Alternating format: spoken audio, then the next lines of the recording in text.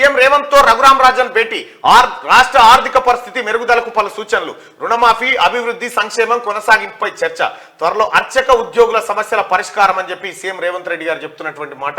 రుణమాఫీ అయితే చాలా మంది అన్న రైతు బంధు పైసలు పాలసీ నిర్ణయం జరిగిపోయింది, మీ పైసలు ఎక్కడికి పోవు, మీకు రావాల్సిన డబ్బులు టంచనగా పడతాయి, ఎవరు ఆందోళన పడాల్సిన పని లేదు. నేను కూడా తెలుసుకున్న ఈ విషయాన్ని. సీఎం రేవంత్ తో రఘురామ్ రాజన్ భేటీ. రఘురామ్ రాజన్ ఎవరంటే ఆర్బీఐ మాజీ గవర్నర్, అంటే పెద్ద బ్యాంకు, ఈ దేశంలోనే పెద్ద బ్యాంక్ అన్నట్టుగా. అది నోట్లు ముద్ర ఇచ్చేది వాళ్ళే, పైసలు తయారు చేసేది వాళ్ళే, అన్ని వాళ్ళే. బ్యాంకులకు కూడా అప్పులు ఇచ్చేది వీళ్ళే అన్నట్టు.